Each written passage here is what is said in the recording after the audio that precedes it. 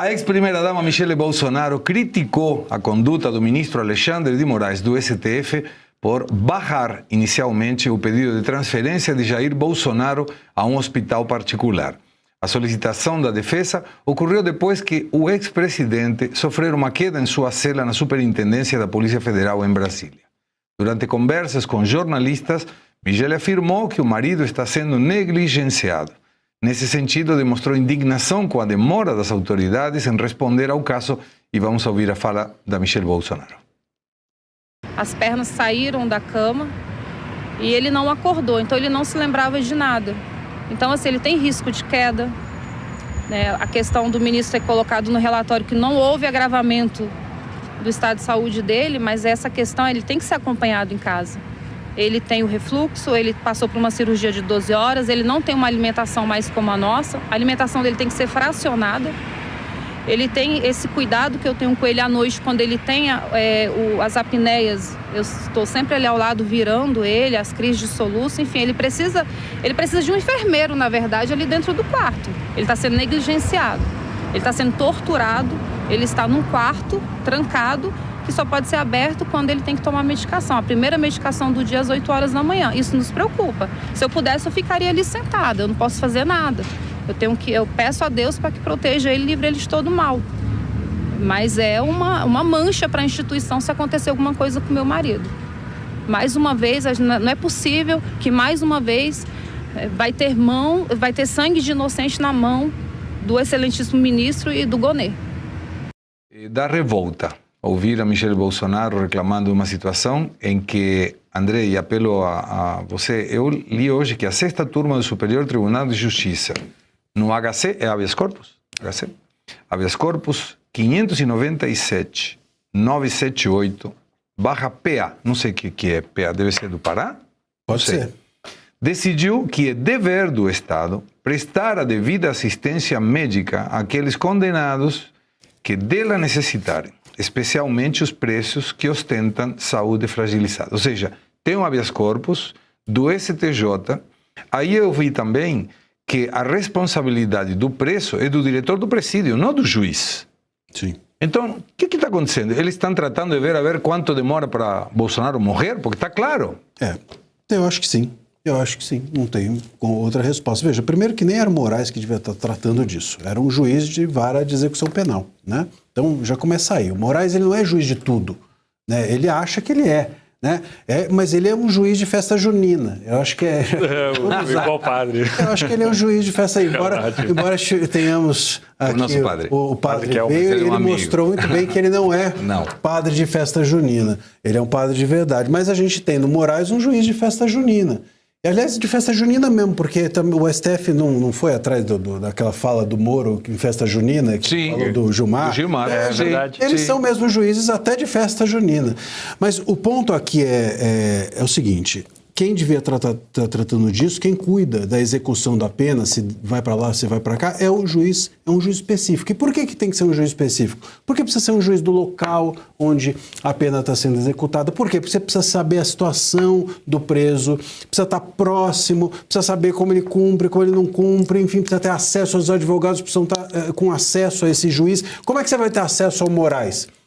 Como é que você tem acesso ao Moraes? Se uma pessoa tem que pagar 129 milhões para a mulher do Moraes para conseguir ter acesso a ele, imagina só o quanto que é fácil ter acesso ao Moraes. Se fosse fácil, ninguém pagava 130 milhões para conseguir influenciar o ministro. Então, assim, me parece que nós estamos diante não só de um absurdo na decisão, mas de um absurdo na própria construção da história toda. Não é do Moraes essa competência. Aliás, ele é incompetente de cabo a rabo. Não é impressionante? Ele é incompetente na hora de assumir esse caso e depois ele vai sendo incompetente nas decisões que dá. E depois, é o seguinte, se um médico deu um parecer, médico lá da Polícia Federal, que eu também não sei se é médico de festa junina ou não, mas enfim, se ele deu um parecer dizendo, e o parecer dele não foi dizendo, tá tudo tranquilo, ele disse, pode ser isso, pode ser aquilo, ele cogitou várias coisas, e na dúvida, o que você faz? Na dúvida você fala, será que pode ser várias coisas, deixa pra lá?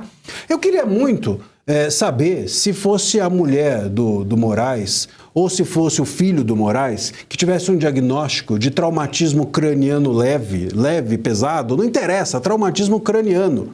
Né? Se tivesse esse diagnóstico, se ele ia falar assim, não, deixa, vamos aguardar, não precisa ir no hospital não, vamos deixar para lá. Porra, é intuitivo, Segré, é intuitivo, uma pessoa tem um diagnóstico de traumatismo, leva para o hospital para ver e depois você pensa, se há dúvida, favorece-se o réu. Se há dúvida, favorece-se a saúde do réu que está sob custódia do Estado.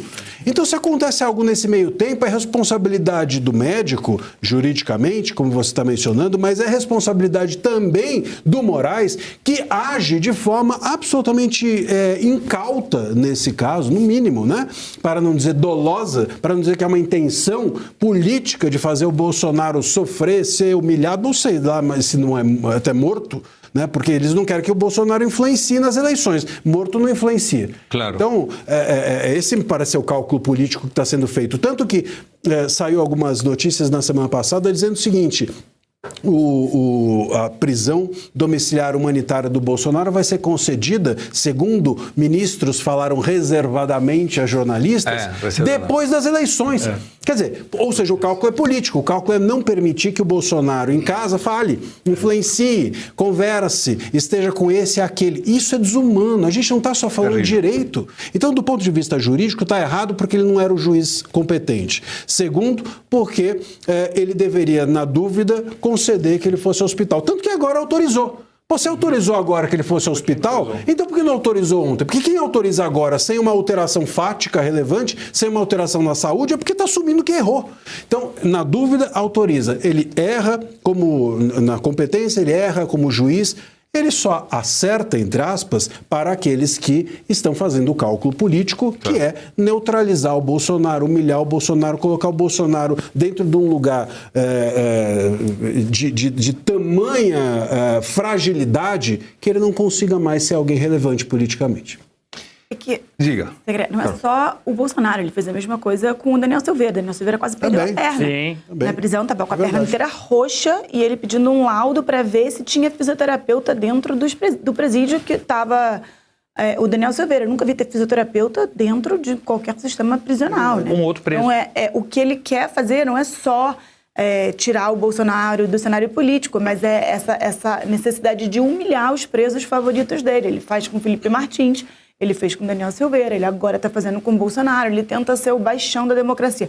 O que dá o exemplo, isso faz com que a população tenha medo de se manifestar, medo de ir para as ruas, medo de qualquer coisa para depois sofrer na mão do Alexandre de Moraes. Então é um pouco pior tudo isso. E o que eu lembro, ele não só é um péssimo juiz, como é um péssimo médico também. Não, lógico. Uma péssima pessoa também. Uma péssima pessoa. É uma pessoa sádica. Ser humano. Mas vamos tomar um exemplo. Um determinado senhor, há pouco tempo atrás, cortando a unha, e a gente corta a unha para frente. Ele caiu para trás e bateu a cabeça. Um tal de presidente Lula. Eu ouvi falar desse cara aí. Aí o que aconteceu? Abriram o aeroporto, porque o avião saiu de lá, em lugar de ir a um hospital em Brasília, foi trazido para um hospital aqui. Aqui foi avaliado e foi feita uma cirurgia. Sim. Qual é a diferença? A diferença é que o Lula foi condenado por crimes reais. Acho que essa é a grande diferença. Assim, e você percebe que eu vou além de humilhar o presidente Bolsonaro, que eu tive o privilégio de trabalhar com ele durante 2 anos do lado dele. Assim, é um cara espetacular. Cara, isso é uma guerra psicológica que estão fazendo com ele. Isso aí é da década, isso aí é da Alemanha Oriental, da Stasi, fazia isso com os opositores deles. E também validado pelos ministros do Supremo da época. Então, eu vejo isso que é uma tortura psicológica que querem fazer para ele. Óbvio, tirar ele das eleições para não ouvir as orientações, porque ele é o maior líder. Não existe combate à esquerda no Brasil sem Bolsonaro. Isso é clássico, isso é claro. Por mais que o Centrão, o sistema que todo mundo fala, as reuniões do pontão, as escada dos fundos, dos ministérios querem dizer o contrário, não existe combate à esquerda sem Bolsonaro. E é isso que eles estão tentando fazer, tirar ele do jogo. Vamos a um rápido intervalo, mas antes foi autorizado, hoje pela manhã, Moraes autorizou a saída de Bolsonaro da sede da Superintendência da Polícia Federal para o Hospital DF estar em Brasília para a realização de exames. O curioso é que o Conselho Federal de Medicina emitiu finalmente uma nota nesta quarta-feira informando que determinou ao Conselho Regional de Medicina do Distrito Federal a instauração da sindicância para apuração da condução do caso de Bolsonaro. O Conselho Federal de Medicina afirma também que, abre aspas, crises agudas de características diversas, episódio de trauma decorrente de queda, o histórico clínico de alta complexidade, sucessivas intervenções cirúrgicas abdominais, soluços intratáveis e outras comorbidades em paciente idoso demandam um protocolo de monitoramento contínuo e imediato, fecha aspas. Teriam que avisar ao Alexandre de Moraes que ele ainda não se tocou. Foi o CRM que fez isso? Foi a OAB. O Conselho Federal. O que mostra que é CRF, né? Conselho Federal de Medicina, CFM. CFM tem mais culhão do que a OAB. Isso aí. Boa. E o Conselho do Direito das Pessoas Idosas?